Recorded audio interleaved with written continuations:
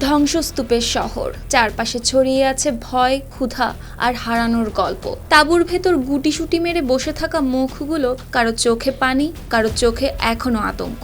এদের অনেকেই হারিয়েছে পরিবারের মানুষজন, তাদের দিন কাটে খাবারের লাইনে দাঁড়িয়ে, রাত নামে অজানা ভয় নিয়ে। কিন্তু ঠিক সেই নিঃশব্দ কষ্টের মাঝেই হঠাৎ ভেসে আসে গিটারের ছন্দ, আর সেই সুরের ভেতরেই যেন ধীরে ধীরে গলতে থাকে জমে থাকা না বলা কষ্ট।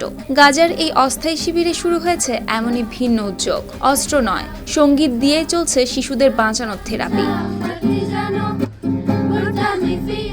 32 বছর বয়সী সঙ্গীত শিক্ষিকা রুলা দালুল প্রতিদিন তাঁবুর ভেতরে বসে গিটার হাতে জড়ো করেন বাস্তুচ্যুত শিশুদের। কখনো গান শেখান, কখনো সবাইকে নিয়ে একসাথে গেয়ে ওঠেন পরিচিত সুর।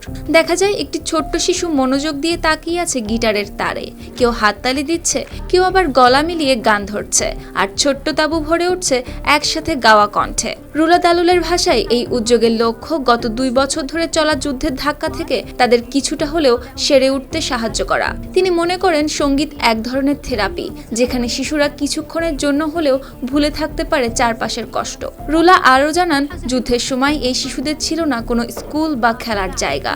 সারা দিন কাটত শুধু টিকে থাকার সংগ্রামে। সেই শূন্যতার মাঝেই কিছু একটা করার ইচ্ছে থেকেই তিনি বেছে নেন সঙ্গীতকে। কখনো কখনো এমনও হয়েছে গান গাওয়ার মাঝেই শুরু হয়েছে গোলাবর্ষণ, কিন্তু সেই যুদ্ধের মাঝেও থেমে থাকেনি এই ছোট্ট আয়োজন, বরং সুরের মধ্যেই তারা খুঁজে নিয়েছে সাহস, একটু স্বস্তি। সুপ্তি রায়, RTV।